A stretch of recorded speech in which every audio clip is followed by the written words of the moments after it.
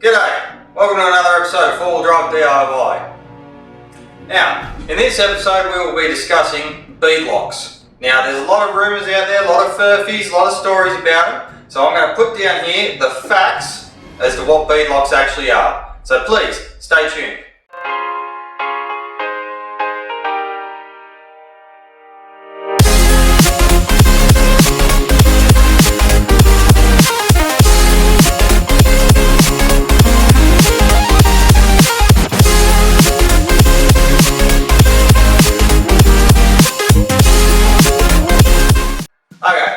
People put beadlocks on their cars. Now one big question I keep hearing is, what are beadlocks?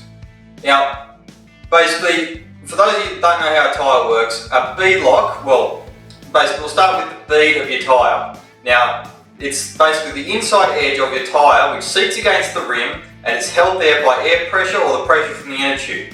And that actually seats the tyre on the rim and stops it from moving and helps everything stay together.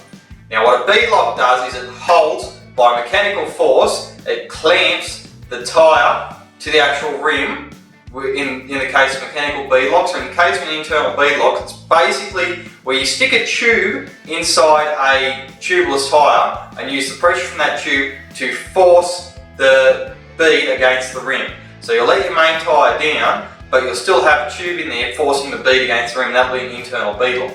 So sometimes you will be running times where you'll have pressures that are low. For example, off-road, you let your tyre pressures down in order to keep good traction.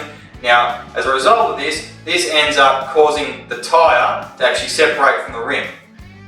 Now, this is where the beadlockers come in. They allow you to run pressures almost to the level of flat and still maintain the actual tyre on the rim and still maintain forward motion by allowing everything to stay together as one piece.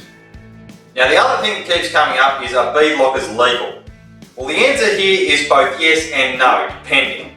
Now formerly ADRs 20 and 24 covered this, and it's now been rolled into ADR 42. This has the capacity for multi-piece rims such as split rims and beadlock rims. Now these can be tested in compliance in accordance with the ADRs.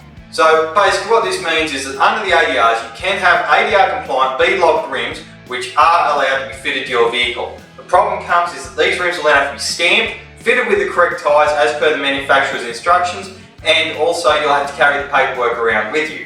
Now the other flip side of the coin is aftermarket beadlocks fitted to rims that did not come with beadlocks are not legal.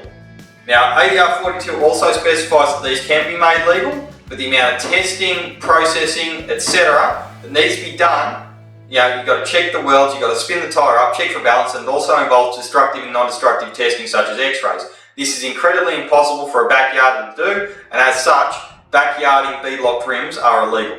Now, basically how this came about is that yes, this stuff can be done, but the state and federal government placed homemade beadlocked rims or customised beadlocked rims into the too hard basket, so people aren't allowed to modify off-the-shelf rims to fit beadlockers to them without a huge process. Now, I'm sure you might find some tyre shops out there that are willing to go through that process or have it already established, but for the most part, it's in the too hard basket and no, you cannot do it.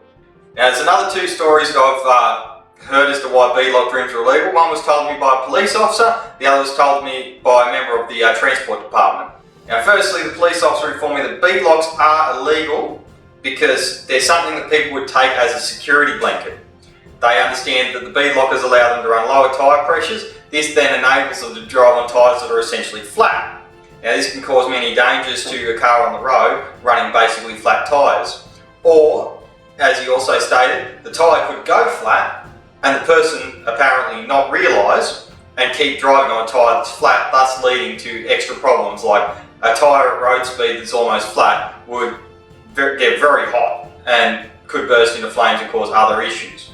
Now the transport inspector I discussed this with, he was of a different opinion.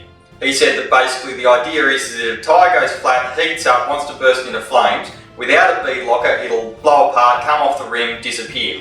Or in a crash, it will come off the rim, if it's hot, smoking, etc. Your brakes are really hot and smoking, etc. They won't set the tyre on fire because the tyre will have separated from the rim. Beadlockers don't allow this to happen. So from a safety perspective, they're not allowed to be on the car because they can get hot, catch fire, etc. in a crash and they will cause a danger. So, A lot of you are probably wondering while you've sat through this and wondering what options you have to keep your tyres on your rims. Now you've got three options here.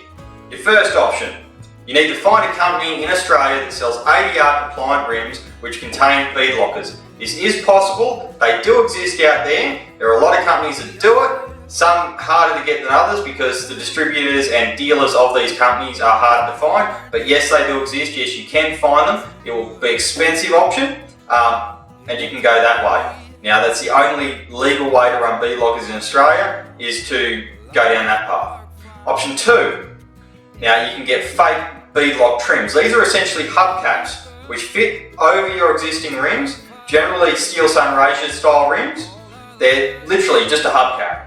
Now as far as I'm aware, in every state in Australia hubcaps are legal, provided they don't come off, fall off easily, they retain themselves on the rim easily, and they don't continue to move or provide any motion while the vehicle is stopped. So you can't have ones that spin or keep spinning after the vehicle stopped, because this can be disorienting or distracting to other road users. And then as always, there's your third option. Do whatever the hell you want. You can fit your own beadlockers, you can get non-ADR compliant ones, but basically, essentially what you're doing is you're breaking the law. If you do this, now I'm recommending against it, I cannot recommend for it because you are breaking the law. What you do to your own car is your own thing, however, you can choose to go down that path, but I would not recommend it, because also there is the danger that your tyres have been, your rims and tyres have not been structurally tested, they're not being fully tested. You could run into issues. If they do decide to fail, you could run into balance issues if your welds are not correct. So those are the problems you could face. Thanks for watching this episode of 4-Wheel Drive DIY, proudly brought to you by Gear Ranch Australia.